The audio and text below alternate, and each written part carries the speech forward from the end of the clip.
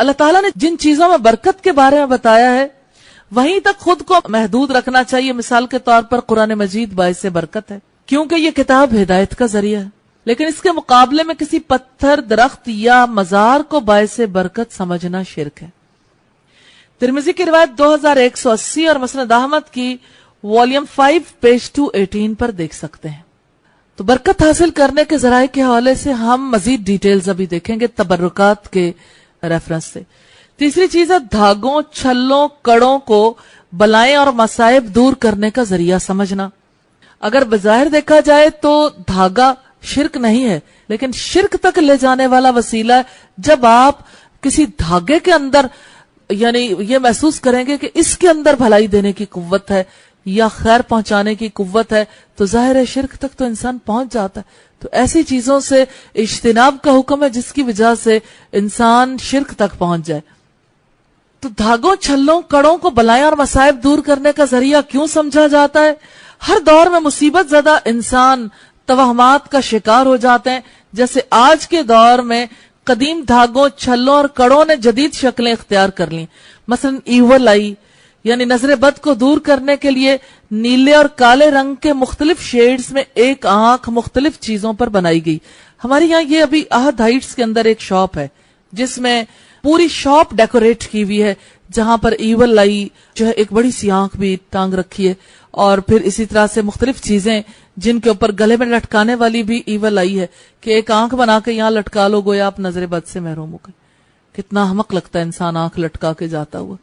اور اسی طرح سے اسی کے بریسلٹس ہیں، پھر اسی طرح سے اسی کے چھلے ہیں، اور لوگ بڑے شوق سے پہنتے ہیں. یعنی جو قدیم جاہلیت تھی آج وہ جدید روپ اختیار کر چکی، اور بعض اوقات کسی پر آنکھ نہیں بھی ہوتی لیکن کوئی یہ کہہ دیتا ہے کہ فلاں کا چھلا پہن لو، فلاں دن ہے 10 محرم میں کسی نے چھلا پہن لیا، یا کسی نے جو ہے اسی طرح سے کوئی چھلا اٹھا لیا. چھلے لوگ اٹھاتے ہیں، کسی نظر مانتے ہیں، منت مانتے ہیں اور چھلے اٹھائے جاتے ہیں. تو یہ چھلے جو ہے نا، یا دھاگے، چاہے وہ امام ضامن کے طور پر باندھا جائے یا کڑے، چاہے پاؤں میں پہن لیا جائے یا ہاتھ میں پہن لیا جائے. کبھی آپ لوگوں کو دیکھتے ہوں گے اتنا ترس آتا ہے کہ پتہ نہیں عقل کہاں گئی نا، کہ جس نے اپنے پاؤں میں کڑا پہن رکھا ہے یا اپنے بچوں کو پہنا رکھے ہیں یا بازوؤں میں کوئی پہنا رکھا ہے کسی بھی مقصد کے لیے. تو یہ شرک کی طرف لے جانے والے ذرائع ہیں. ایول آئی کے توسط سے ایک ایسے حلقے کو فریب دینے کی کوشش کی جاتی ہے جو قدیم روایتی طریقے سے ہاتھ نہیں آتا. عرب بھی بچوں کو نظر بد سے بچانے کے لیے ان کے گلے میں کوڑیاں باندھتے تھے. اسلام نے اس عمل کو باطل قرار دیا ہے. سورہ زمر کی آیت نمبر 8 مسند احمد میں 17539 پر ہے. اللہ کے سوا بلاؤں کو ٹالنے اور مصیبتوں کو دور کرنے کی طاقت کسی میں نہیں ہے. یہ ہے اصل بات کہ بلاؤں کو دور کرنا، مصیبتوں کو ٹالنا یہ اللہ ہی کا اختیار ہے. چوتھی بات ہے غیر اللہ کی پناہ لینا. عرب اپنے سفروں کے دوران جب کسی وادی میں اترتے تو اس وادی کے سردار جن کی پناہ مانگتے تھے. سورہ الجن کی آیت نمبر 6 ہے.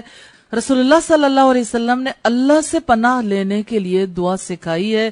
رسول اللہ صلی اللہ علیہ وسلم کسی مقام پر اترتے یا رکتے تو کہتے اعوذ بکلمات اللہ التامات من شر ما خلق. میں اللہ کے تمام کلمات کی اس کی مخلوق کے شر سے پناہ لیتا ہوں. مسلم کی روایت ہے 6880. پانچویں بات ہے جھاڑ پھونک. یہ بھی شرک کی طرف لے جانے والا ذریعہ ہے.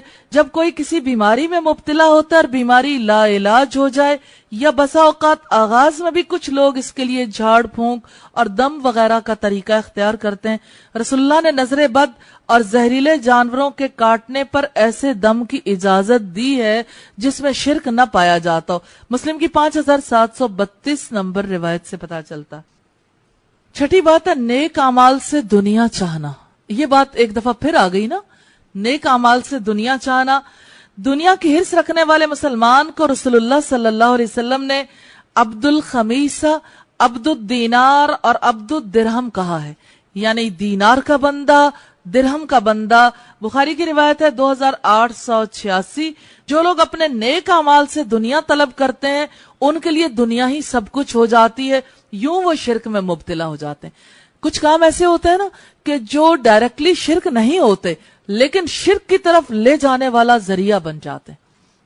اسی طرح سے 7واں کام ہے اللہ تعالیٰ کے حلال و حرام کو تبدیل کرنے میں علماء اور امراء کی اطاعت کرنا. یہ کام بھی ایسا ہے جو شرک کی طرف لے جانے والا ذریعہ ہے. حضرت عدی بن حاتم رضی اللہ تعالیٰ عنہ سے روایت ہے کہ میں نبی اکرم صلی اللہ علیہ وسلم کی خدمت میں حاضر ہوا اور میری گردن میں سونے کی سلیب تھی. سلیب جانتے ہیں آپ؟ کراس کا نشان. اب یہ اس سے بہت ساری باتیں پتہ چل جائیں گی آپ کو. آپ صلی اللہ علیہ وسلم نے ارشاد فرمایا اے عدی اس بت سلیب کو اتار پھینکو. میں نے اس وقت آپ کو سورہ برات کی یہ آیت پڑھتے سنا. انہوں نے یعنی اہل کتاب نے اپنے علماء اور درویشوں کو اللہ کے سوا اپنا رب بنا لیا. تب آپ صلی اللہ علیہ وسلم نے یہ بات ارشاد فرمائی کہ وہ اہل کتاب اپنے علماء اور درویشوں کی ظاہری عبادت نہیں کرتے تھے، لیکن جب علماء کسی چیز کو حلال کہتے تو وہ بھی انہیں حلال جان لیتے، اور جب علماء کسی چیز کو حرام ٹھہراتے تو وہ بھی اس چیز کو حرام ٹھہرا لیتے.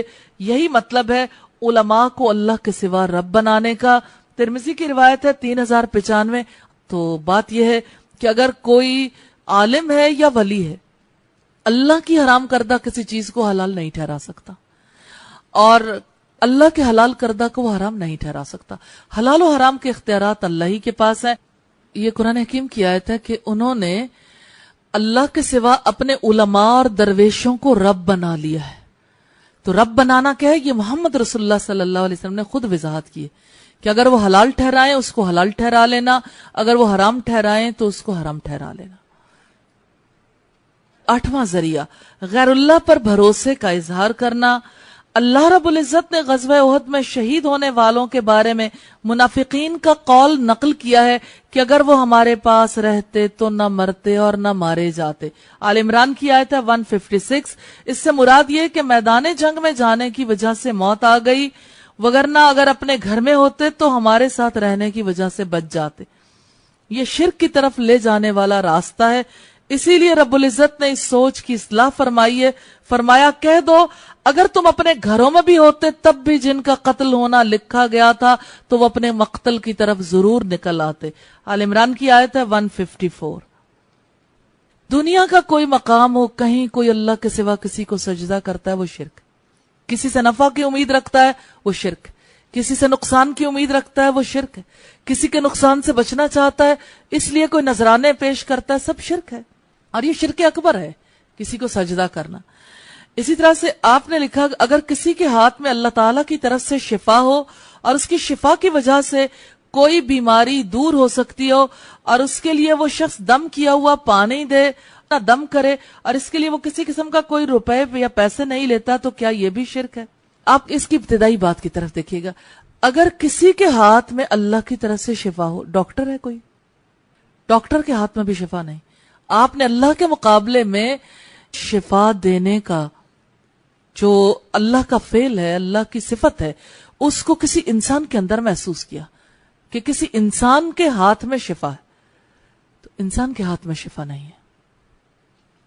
آپ ایک بار پوچھیں گے تب بھی، ہزاروں بار پوچھیں گے تب بھی بات ایک ہی ہے، شفا اللہ کے ہاتھ میں. آپ جب کہتے ہیں بیدک الخیر، تیرے ہاتھ میں ساری بھلائی ہے. حضرت ابراہیم علیہ السلام جب یہ کہتے ہیں وَإِذَا مَرِضْتُ فَهُوَ يَشْفِينِ، جب میں بیمار ہوتا ہوں وہ مجھے شفا دیتا. یعنی چاہے سارے اسباب اختیار کرے انسان، میڈیسن کھائے، چاہے ٹیسٹ ہوں، چاہے ڈاکٹر کے پاس جائے، لیکن شفا کون دیتا ہے؟ اللہ. اختیار اس کے ہاتھ میں. جب آپ کہتے ہیں کہ فلاں کے ہاتھ میں شفا ہے تو یہ شرک ہے. کسی کے ہاتھ میں شفا تسلیم کرنا یہ شرک ہے. آپ کہتے ہیں فلاں بہت اچھا ڈاکٹر ہے، اس کے ہاتھ میں بڑی شفا ہے، تو یہ بھی شرک کی طرف لے جانے والا کام، کیونکہ کسی کے ہاتھ میں اللہ نے شفا نہیں دے رکھی. اللہ کسی کے ساتھ اپنی صفات کو نہیں بانٹتا، یہ اللہ کی صفت میں شراکت ہے، کیونکہ شفا دینے کا اختیار صرف اللہ کا ہے. اب اگر آپ یہ کہیں کہ نہ دم کرے نہ پانی دے پھر بھی شفا دے، تو یہ سوچنا بھی شرک ہے کہ کسی اور کے ہاتھ میں شفا ہو سکتی ہے. 9ویں بات ہے قبروں پر مساجد کی تعمیر شرک کا ذریعہ بن جاتی ہے. بخاری کی روایت ہے 1341، مسلم کی روایت ہے 528. اور 10ویں بات ہے قبروں یا مزاروں کی طرف سفر کرنا. یہ سفر برکت کے حصول اور مصائب کو دور کرنے کے لیے کیا جاتا ہے. رسول اللہ صلی اللہ علیہ وسلم نے اس سے منع فرمایا ہے. بخاری کی روایت ہے 1189. ملتان کو اولیاء کی بستی کہا جاتا ہے. کتنے ہی لوگ ہیں جو ملتان انٹر ہوتے ہیں جوتے اتار دیتے ہیں, سفر کر کے آتے ہیں دور دراز سے, حالانکہ ملتان کے اندر کیا کیا خرابیاں نہیں ہوتی.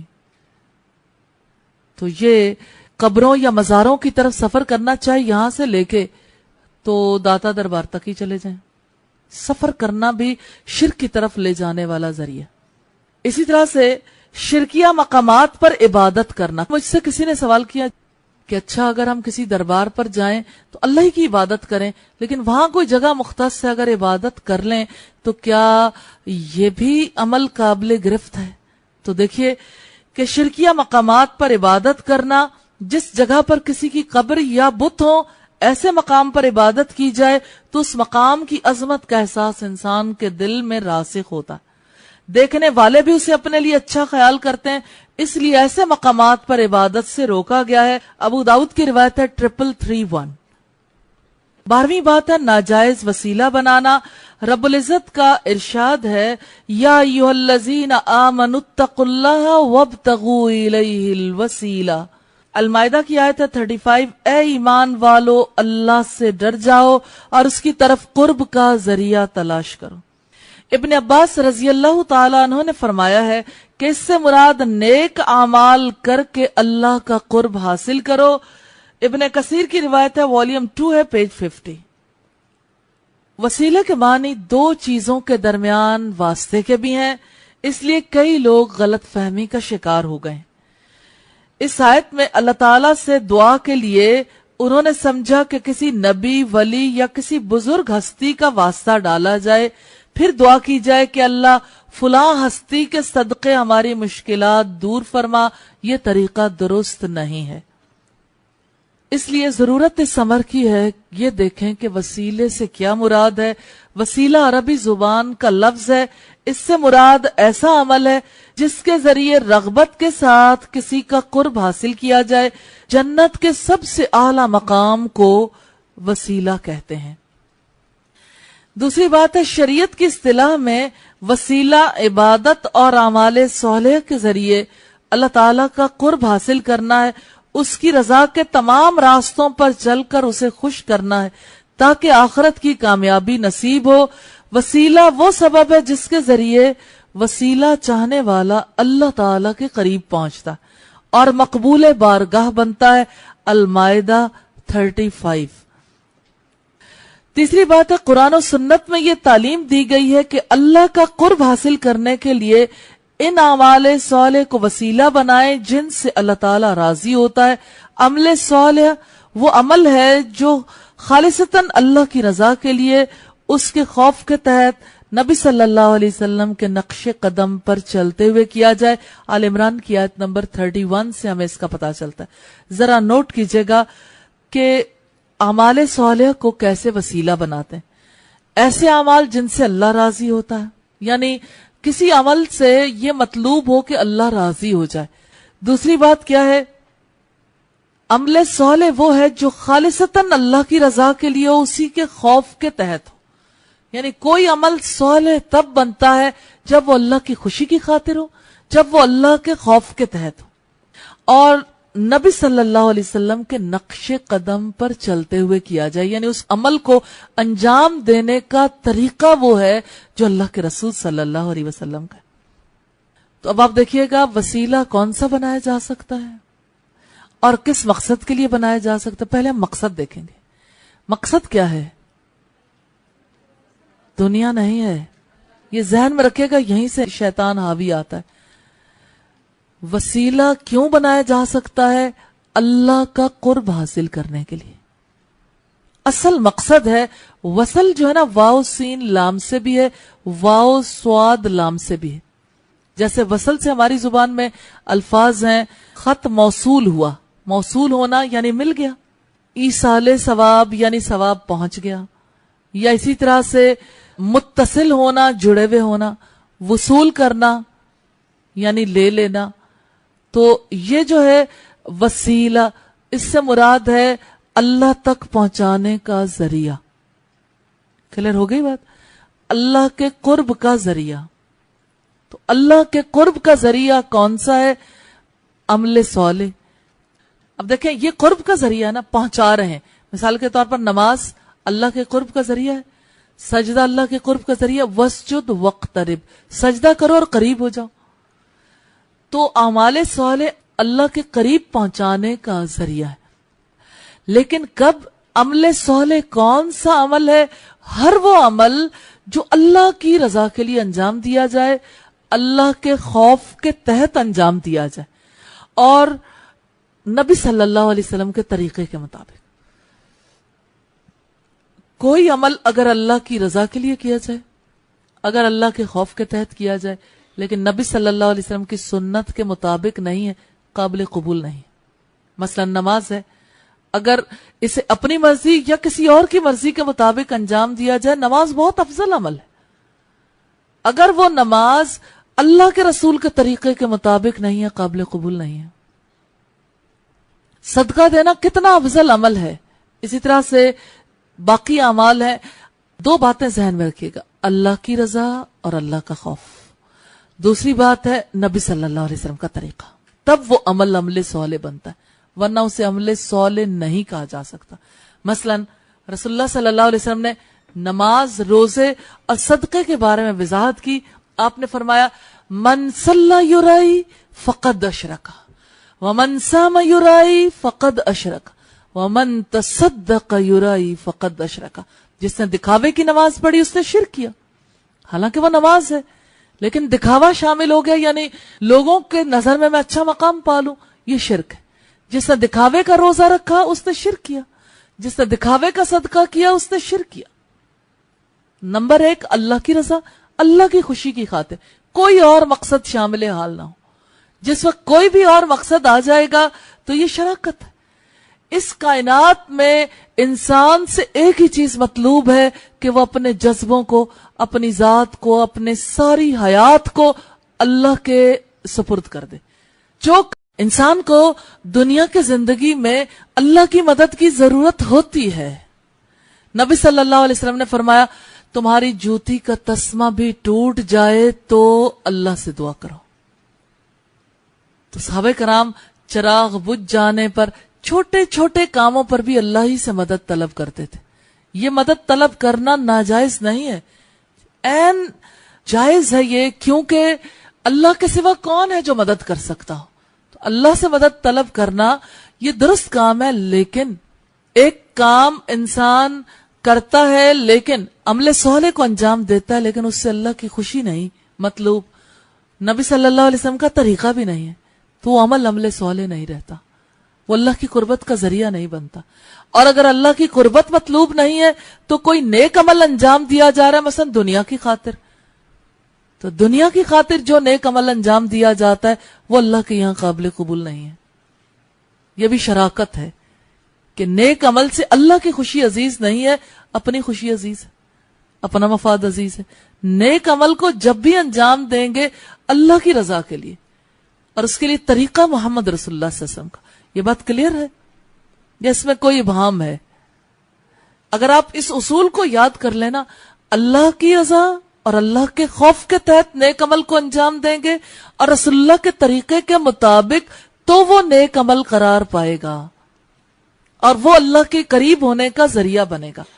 تو وسیلے کا کانسیپٹ یہی ہے، ہر وہ عمل جو انسان کو اللہ کے قریب کر دے. اگر کوئی عمل اللہ کے قریب کرنے کے لیے کیا ہی نہ جائے پھر اسے وسیلہ کیسے کہہ سکتے ہیں؟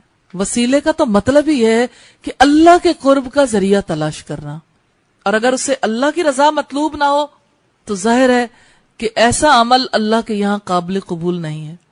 قرآن و سنت میں یہ تعلیم دی گئی ہے کہ اللہ کا قرب حاصل کرنے کے لیے ان اعمال صالح کو وسیلہ بنائے جن سے اللہ راضی ہوتا ہے. عمل صالح وہ عمل ہے جو خالصتاً اللہ کی رضا کے لیے، اس کے خوف کے تحت، نبی صلی اللہ علیہ وسلم کے نقش قدم پر چلتے ہوئے کیا جائے. آل عمران کی آیت نمبر 31 ہے. چوتھی بات، شرعی وسیلہ وہ ہے جس کا اللہ تعالیٰ نے اپنی کتاب میں حکم دیا اور جس کی نبی صلی اللہ علیہ وسلم نے وضاحت فرما دی کہ ان اعمال کو اپنا کر اللہ کا تقرب حاصل کریں۔ پانچویں بات ہے ممنوع وسیلہ، یہ ہے کہ ایسے اعمال وسیلہ سمجھ کر اختیار کیے جائیں جو اللہ تعالیٰ کی کتاب اور محمد رسول اللہ صلی اللہ علیہ وسلم کی سنت اور اس کی روح کے خلاف ہوں، بلکہ شریعت میں ان کی حیثیت حرام یا مکروہ کی ہو۔ چھٹی چیز ہے دنیاوی وسیلے ذرائع کی حیثیت رکھتے ہیں۔ یہ بات بہت سمجھنے کی، آپ کا سارا کانسیپٹ انشاءاللہ مجھے اللہ سے امید ہے کہ کلیئر ہو جائے گا۔ مثلا رزق حاصل کرنے کے لیے تجارت، ملازمت یا اجرت وغیرہ یہ سب جائز ذرائع ہیں، لیکن رزق کے حصول کے لیے سود، چوری، ذخیرہ اندوزی، خیانت کو ذریعہ بنایا جائے تو یہ حرام ہے۔ اسی طرح صحت کے حصول کے لیے حلال دواؤں سے علاج کروانا جائز ہے، لیکن حرام زہریلی اور ناپاک دواؤں سے علاج کروانا حرام ہے، اور صحت نہ ملنے پر کسی درگاہ پر حاضری دینا، قبر والے کو پکارنا، فریادیں کرنا شرک اکبر ہے۔ تیسری بات ہے نکاح کرنے کے لیے پیغام دینا جائز ہے۔ رشتہ منظور نہ ہونے کی صورت میں کسی جادوگر کے پاس جا کر ایسی تدبیر کرنا کہ لڑکی خود اس کی محبت میں گرفتار ہو جائے، یہ شریعت کی نظر میں حرام ہے۔ جیسے ہمارے یہاں باقاعدہ اس کی ایڈورٹیزمنٹ ہوتی ہے محبوب آپ کے قدموں میں، باپ بھی پڑھتے ہیں لیکن اس چیز کے اوپر کوئی نوٹس نہیں لیتا کہ میری بیٹی کیسے کسی کے قدموں میں جا گرے گی۔ ایسے ذریعے اختیار کرنا حرام ہے۔ چوتھی بات یہ ہے کسی کا مال چوری ہو جائے اور چور نہ ملے تو کسی عامل کے جن کے ذریعے چور کا پتہ لگانا شرعاً حرام ہے، اس لیے کہ کوئی غیب کی خبر نہیں جانتا۔ ہم یہ دیکھیں گے کہ مشروع وسیلے کون سے ہیں، یہ بہت ہی اہم بات ہے کیونکہ یہ چیز ہماری سوسائٹی میں مسنگ ہے۔ دو گروہ ہیں ہماری سوسائٹی کے، ایک وہ ہے وابتغوا الیہ الوسیلہ کی بات واضح کرتے کرتے، کیونکہ حرام وسیلے اتنے اختیار کیے جاتے ہیں تو جو وسیلے جائز ہیں ان کے بارے میں بھی وہ نقطہ نظر نہیں رہتا، جس کی وجہ سے بہت زیادہ زندگی میں محرومی آ جاتی ہے۔ تو یہاں دیکھیں گے مشروع وسیلے کون سے ہیں۔ میں آپ سے پہلے سوال کرنا چاہوں گی وسیلہ کسے کہتے ہیں؟ اللہ تعالیٰ کے قرب کا ذریعہ تلاش کرنا، اللہ تعالیٰ کے قرب کا ذریعہ وسیلہ ہے۔ اللہ نے اپنی پاک کتاب میں حکم دیا ہے وابتغوا الیہ الوسیلہ، اس کی جناب میں اس کے قرب کا ذریعہ تلاش کرو۔ تو یہ ذریعہ تلاش کرنا ہے۔ تلاش کیسے کریں؟ نمبر ایک، خالص ایمان کا وسیلہ۔ خالص ایمان سب سے بڑا نیک عمل اور عظیم ترین وسیلہ ہے، اسی کے ذریعے آخرت کی نجات ممکن ہے۔ سورہ ال عمران کی آیت نمبر 193 سے پتہ چلتا ہے، اور دوسرے نمبر پر نماز کا وسیلہ ہے۔ لیکن پہلے ہم یہ دیکھیں گے کہ خالص ایمان کیسے وسیلہ بن جاتا ہے اللہ کے قرب کا، کہ اللہ پر ایمان لا کے اس میں کسی کی ذات کے ساتھ تعلق شامل نہ ہو۔ وہ ایمان جو خالص ہے وہی تو رب تک پہنچاتا ہے، جس میں کسی کی محبت کا دخل نہ ہو، کسی سے امید باندھنے کا دخل نہ ہو، کسی سے خوف کھانے کا دخل نہ ہو، اور کسی پر توکل کرنے، اعتماد کرنے کا دخل نہ ہو۔ یہ خالص ایمان ہے، یہ اللہ کی ذات کے لیے، یہی انسان کو اللہ کی اطاعت کے لیے مجبور کرتا ہے۔ اسی کی وجہ سے انسان اللہ تعالیٰ کی محبت کے کام کرتا ہے، زندگی کا رخ بدل جاتا ہے خالص ایمان سے۔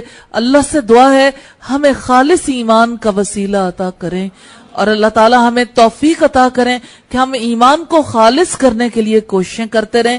یہی آخرت کی نجات کا ذریعہ ہے۔ سورہ ال عمران کی آیت نمبر 193 سے پتہ چلتا ہے۔ دوسری بات ہے نماز کا وسیلہ۔ نماز اللہ تعالیٰ کے نزدیک افضل ترین عمل ہے۔ صحابہ کرام نے نبی صلی اللہ علیہ وسلم سے پوچھا اللہ تعالیٰ کو سب سے زیادہ کون سا عمل محبوب ہے؟ آپ صلی اللہ علیہ وسلم نے فرمایا الصلاۃ علی وقتہا، اپنے وقت پر نماز پڑھنا۔ مسلم کی روایت ہے 252۔ اب آپ دیکھیے کہ جہاں سے شیطان انسان کو بہکاتا ہے وہ کیا ہے کہ نماز کے توسط سے دنیا مانگ لو، نوافل پڑھ کے اپنی دنیا طلب کرو۔ جب دنیا طلب کرو گے تو شرک نہیں ہو جائے گا۔ دنیا ویسے ہی طلب کی جا سکتی ہے رب تعالی سے۔ ایک انسان جیسے عام دعاؤں میں آخرت طلب کرتا ہے، اللہ تعالیٰ نے کیا خود دعا نہیں سکھائی؟ ربنا آتنا فی الدنیا حسنۃ وفی الآخرۃ حسنۃ، کہ اللہ ہمیں دنیا کی بھلائیاں بھی دے دے اور آخرت کی بھلائی بھی. لیکن جانتے ہیں آپ دنیا کی بھلائی سے کیا مراد ہے؟ نیک کام کرنے کی توفیق. یہ دنیا کی بھلائی ہے، جس کو مل جائے وہ معزز ہے، اس کے لیے اللہ کی رحمت کا دروازہ کھل گیا، اور جس کو نہ ملے تو یقیناً اس کے لیے اللہ کی رحمت کے دروازے بند ہو گئے. ایک سوال ہے کہ نیک عمل سے دنیا چاہنے سے کیا مراد ہے؟ آپ کو معلوم ہی ہے، مثلا نماز پڑھ کے انسان کہے کہ میں پاس ہو جاؤں، یعنی اس مقصد کے لیے صرف نماز پڑھی جائے، اللہ کی خوشی کے لیے نہ پڑھی جائے. نیت یہ ہے کہ میں اس لیے نوافل پڑھوں کہ اس کی وجہ سے مجھے ڈگری مل جائے، اس کی وجہ سے میری دنیا سنور جائے. ہاں، اس کا جو جائز طریقہ ہے وہ یہ ہے کہ انسان اللہ کی خوشی کی خاطر ایک نیک عمل کرے، تو نیک اعمال کے بعد جو بھی آپ دعا کریں گے اللہ تعالیٰ قبول کریں گے. یہ بات کلیئر ہو گئی. نیک عمل کو اس مقصد کے لیے انجام دینا کہ اس کی وجہ سے فلاں کام ہو جائے، یعنی اللہ کو ہمارے نیک عمل کی کیا ضرورت ہے؟ نیک عمل کا مقصد ہی اللہ کو راضی کرنا ہے. جس عمل کا مقصد یہ ہو گیا کہ اس کی وجہ سے ہماری دنیا سنور جائے، اس مقصد کے غلط ہونے کی وجہ سے اللہ کے یہاں وہ قابل قبول نہیں، اس کا اجر نہیں ملے گا، اور وہ عمل دنیا کے نام پہ ہی منسوب کیا جائے گا. وہ عمل جو ہے وہ اللہ کی رضا کی خاطر نہیں ہے. ایسے اعمال کو اللہ تعالیٰ قبول ہی نہیں کرتا. آپ دیکھیں مثلا آپ نوافل پڑھ رہے ہیں امتحان میں کامیاب ہو جائیں، یہ نوافل اللہ کی رضا کے لیے ہے ہی نہیں، تو نوافل قبول ہی نہیں ہوئے. اب دعا کیسے قبول ہوگی؟ ویسے ہی دعا کریں گے، اپنے رب سے فریاد کریں گے تو اللہ دعائیں قبول کرنے والا ہے. آپ نیک عمل مثلا یہی نوافل آپ اس مقصد کے لیے پڑھ رہے ہیں کہ اللہ راضی ہو جائے، اللہ کے خوف کے تحت پڑھ رہے ہیں، اور آپ نوافل پڑھنے کے بعد جیسے اپنی آخرت کے لیے بھلائی مانگتے ہیں ویسے اپنی دنیا کے لیے بھی مانگتے ہیں. اللہ سے اپنے امتحانات کے لیے دعا کریں، یا رزق میں کشادگی کے لیے کریں، یا کسی بھی مقصد کے لیے دعائیں کرنے پہ پابندی نہیں. مقصد غلط کرنے پر پابندی ہے کہ اگر آپ کا مقصد غلط ہے پھر اس مقصد کے غلط ہونے کی وجہ سے وہ عمل قابل قبول نہیں ہوتا. اب کوئی یہ کہتا ہے کہ ہمارا مقصد اللہ کو راضی کرنا ہے، پھر ہمیں یہ دیکھنا پڑے گا کہ آیا رسول اللہ نے ایسے اللہ کو راضی کیا تھا؟ پھر دوسری شرط بھی تو اپنی جگہ پہ ہے نا. اگر رسول اللہ صلی اللہ علیہ وسلم نے وہ طریقہ اختیار نہیں کیا فَهُوَ رَدٌّ. اللہ کے رسول کا فرمان ہے کہ جس نے ہمارے دین میں کوئی نیا کام ایجاد کیا، کوئی نئی بات ایسی کی جو پہلے نہیں ہے، تو ایسا کام رد کردہ ہے، وہ عمل مردود ہے، ریجیکٹڈ ہے، اللہ کے یہاں اس کی کوئی ویلیو نہیں ہے. تو عمل اللہ کے لیے، اللہ کی خوشی کے لیے، اللہ کے خوف کے تحت، محمد رسول اللہ صلی اللہ علیہ وسلم کے طریقے کے مطابق. مثلا آپ دیکھیے کبھی اپنی حیات میں رسول اللہ نے ایسے نوافل پڑھے جس سے دنیا مطلوب ہو، لیکن اب صلی اللہ علیہ وسلم نے کون سی نماز ہے جس کے بعد دعائیں نہ مانگی ہوں اپنی دنیا اور آخرت کے لیے؟ تو نماز اللہ کے لیے. قل ان صلاتی ونسکی ومحیای ومماتی للہ رب العالمین. کہہ دو یقیناً میری نماز، میری قربانی، میرا جینا، میرا مرنا سب اللہ رب العالمین کے لیے. اس بات کو سمجھنے میں مشکل پیش آ رہی ہے نا کہ آخر اللہ کے لیے کیوں؟ آخر امتحان کی کامیابی کے لیے کیوں نہیں؟ آخر رزق کی کشادگی کے لیے کیوں نہیں؟ جائز نہیں ہے. اللہ کے سوا کسی اور مقصد کے لیے نیک کاموں کو انجام دینا، وہ نیک ہی نہیں رہیں گے، اس کا مقصد بدل گیا.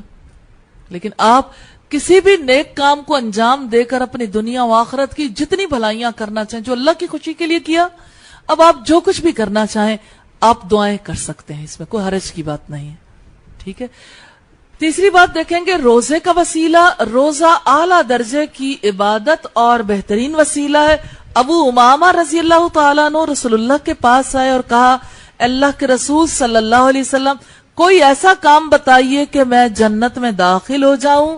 آپ نے فرمایا تم روزے رکھا کرو، اس لیے کہ اس جیسی کوئی عبادت نہیں ہے. نسائی کی روایت ہے 2223. چوتھی بات ہے حج کا وسیلہ. حج اعلیٰ درجے کی عبادت اور بہترین وسیلہ ہے. بخاری کی روایت ہے 1773.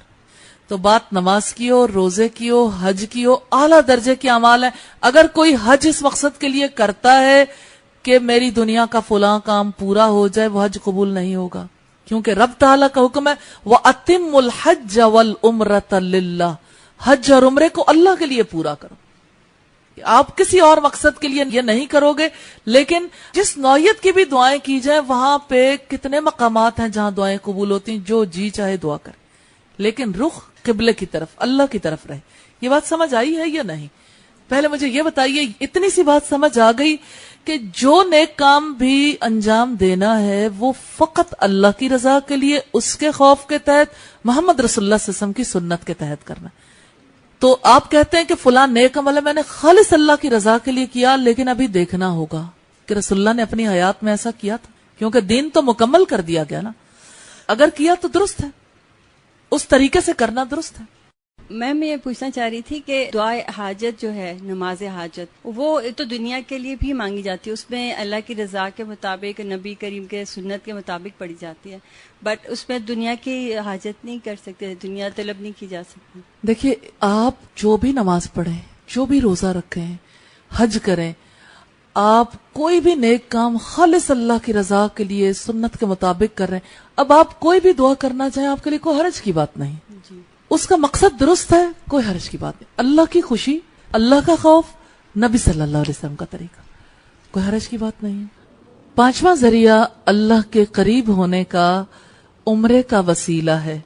عمرہ انفرادی عبادت ہے جس کا ثواب بہت ہے، دعا کی قبولیت اور اللہ کا قرب حاصل کرنے کے لیے بہترین ہے. بخاری کی 1773 نمبر روایت سے ہمیں پتہ چلتا ہے. اور چھٹی بات ہے صدقے کا وسیلہ. اللہ تعالیٰ کی رضا کے لیے خوش دلی کے ساتھ پاکیزہ مال اس کی راہ میں خرچ کرنا بہترین اور محمود وسیلہ ہے. بخاری کی روایت ہے 6023. اور ساتویں چیز ہے جہاد کا وسیلہ. اللہ تعالیٰ کی راہ میں جہاد کرنا افضل وسیلہ ہے. اس کے ذریعے اللہ تعالیٰ کے یہاں اعلیٰ مقام حاصل ہوتا ہے. بخاری کی 2790 نمبر روایت میں. اور آٹھواں ذریعہ استغفار کا وسیلہ. انسان سے غلطیاں اور گناہ سرزد ہوتے رہتے ہیں، توبہ اور استغفار سے بڑے بڑے گناہ بھی معاف ہو جاتے ہیں، اس لیے گناہوں سے حفاظت کے لیے یہ وسیلہ اختیار کرنا چاہیے. آل عمران کی آیت نمبر 135 ہے. نویں چیز ہے دعا کا وسیلہ. اللہ تعالیٰ سے دعا مانگنا عبادت ہے. سچے دل سے دعا مانگی جائے تو ضرور قبول ہوتی ہے. مشکلات اور پریشانیوں میں دعا سے بہتر کوئی وسیلہ نہیں. یہ غافر کی آیت نمبر 60، البقرہ کی آیت نمبر 186 اور ترمذی کی 3524 نمبر پر. اسی طرح سے 10واں وسیلہ ہے درود کا. رسول اللہ صلی اللہ علیہ وسلم پر درود بھیجنا دعا کی قبولیت کے لیے وسیلہ ہے. دعا مانگنے سے پہلے بھی اور بعد میں بھی اس سے اللہ تعالیٰ کا قرب نصیب ہوتا ہے. مسند احمد، ترمذی، صحیح الجامع کی والیوم 4 پیج 4389 پر ہے. اسی طرح قرآن مجید کا وسیلہ. قرآن مجید کی تلاوت اعلیٰ ترین وسیلہ ہے. اس کے وسیلے سے جو دعا کی جائے قبول ہوتی ہے. اس کے پڑھنے اور پڑھانے والوں کی مجلسوں کو اللہ تعالیٰ کے فرشتے گھیر لیتے ہیں. صاحب قرآن سے قیامت کے روز کہا جائے گا قرآن پڑھتا جا اور چڑھتا جا، اور اسی طرح ترتیل کے ساتھ آہستہ آہستہ تلاوت کر جیسے تو دنیا میں ترتیل سے پڑھتا تھا. تیری منزل وہ ہوگی جہاں تو آخری آیت کی تلاوت کرے گا. ابو داؤد کی روایت ہے 1464 نمبر پر. اور 13واں ہے اسماء حسنہ کا وسیلہ. اعلیٰ اور مقبول ترین وسیلہ اسماء حسنہ کا وسیلہ ہے. اللہ تعالیٰ کی حمد و ثنا کر کے اس کی بزرگی والے اسماء و صفات کو پیش کیا جائے، پھر دعا کی جائے تاکہ ذکر اور تسبیح وسیلہ بن جائیں اور دعا قبول ہو. الاعراف 180 نمبر آیت پہ رسول اللہ صلی اللہ علیہ وسلم نے کسی شخص کو یہ کہتے سنا یا ذل جلال والاکرام، تو آپ صلی اللہ علیہ وسلم نے فرمایا تمہاری دعا قبول ہوگی، مانگو کیا مانگتے ہو.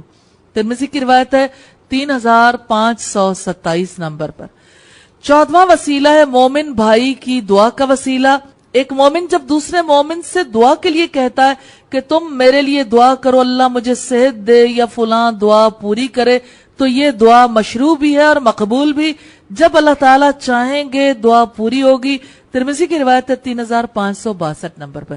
یہ بات یہاں سمجھنے کی ہے, جب کوئی کسی کی عدم موجودگی میں دعا کرتا ہے, چاہے صحت کے لیے کرے یا کسی اور کام کے لیے, اس کا آبجیکٹو کیا ہوتا ہے, مقصد. اب یہاں سے ذہن بھٹکتا ہے.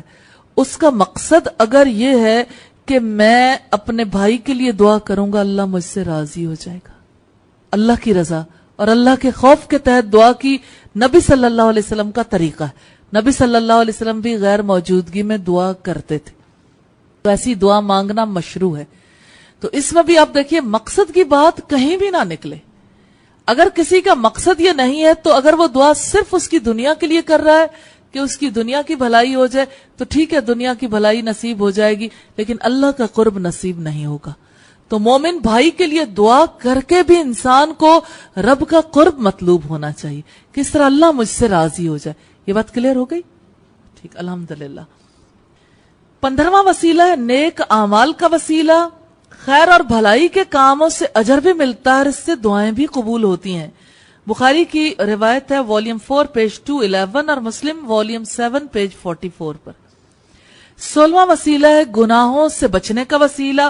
برائی سے بچنا بہت بڑی نیکی ہے. اس وسیلے سے انسان دعائیں کریں تو قبول ہوتی ہیں. بخاری کی روایت ہے 3465 نمبر پہ. اب تک ہم نے 16 چیزیں دیکھی ہیں. ان میں کوئی بھی کام اگر کسی اور نیت سے کر لیا جائے, اگر مقصد بدل گیا تو وہ کام اجر تک نہیں لے جائے گا, اللہ کا قرب نصیب نہیں ہوگا, اللہ کی رضا نہیں ملے گی. اور اگر کوئی بھی کام نبی صلی اللہ علیہ وسلم کی سنت سے ہٹ کر کیا تو وہ کام اللہ کے یہاں قبول نہیں ہوگا. یہ بات کلیئر ہو گئی؟ کام کسی بھی نوعیت کا ہو, اس میں اللہ کی خوشی مطلوب ہو, اللہ کا قرب مطلوب ہو. مثلا کوئی شخص راستے سے کوئی ٹیشو پیپر اٹھا دیتا کہ اللہ مجھ سے راضی ہو جائے, یا کوئی تنکا پڑا ہوا, یا راستے میں پڑا ہوا کوئی ریپر, کوئی چھلکا, بغیر کسی مقصد کے بھی اٹھایا جا سکتا ہے. لیکن اگر اس مقصد کے لیے اٹھایا جائے کہ اللہ راضی ہو جائے تو یہ عمل ہے بہت سادہ سا عمل, لیکن اللہ کے قریب کر دے گا. یہ بھی اللہ کے قرب کا ذریعہ بن جائے گا. مقاصد سے, نیتوں سے, ارادوں سے انسان نیک کام کرتا ہے اور اللہ کی رضا چاہتا ہے, اللہ کے خوف کے تحت کرتا ہے, رسول اللہ کی سنت کے مطابق کرتا ہے, تو اللہ کا قرب نصیب ہوتا ہے. تو آپ اللہ کا قرب چاہتے ہیں؟ اللہ کا قرب نیک اعمال سے چاہیں. عام طور پر آپ دیکھیے کہ انسان یہ چاہتا ہے میرا اللہ سے تعلق بن جائے, میں اللہ کے قریب ہو جاؤں, اللہ مجھ سے راضی ہو جائے. پھر کیا کریں؟ یہ ہے نیک اعمال جن کے توسط سے انسان اللہ کی قربت چاہ سکتا ہے. کچھ تو سلیکٹ کر لیں, کوئی قیمتی موتی تو چن لیں اپنے لیے, کہاں کہاں کون سا نیک عمل کروں گی تو اللہ میرے قریب ہو جائے گا اور میں اللہ کے قریب ہو جاؤں گی. کوئی ایسا عمل ان میں نظر آتا ہے جو کرنا چاہیے؟ چلیے پڑھتے بھی جائیے اور ارادہ بھی کرتے جائیے. وسیلے کا کانسیپٹ سمجھ آیا؟ آدھا پڑھا ہے, ابھی آدھا رہتا ہے. لیکن یہ کہ اس طرف عام طور پر توجہ نہیں جاتی دو باتوں کی طرف. ایک تو یہ کہ کسی عمل کی نیت کے ساتھ ہی عمل قبول ہوتا ہے, مقصد کے ساتھ اور رسول اللہ کے طریقے کے ساتھ. دوسری بات یہ ہے کہ ہمیں مشروع وسیلے اختیار کرنے چاہیے. یعنی ایک تو فرض عبادات ہے نا, نوافل بھی, نفلی عبادات بھی اختیار کرنی چاہیے. اللہ تعالی ہمیں تمام نیک کام اپنی قربت کے حصول کے لیے کرنے کی توفیق عطا فرمائے. سبحانک اللہم و بحمدک نشہد ان لا الہ الا انت نستغفرک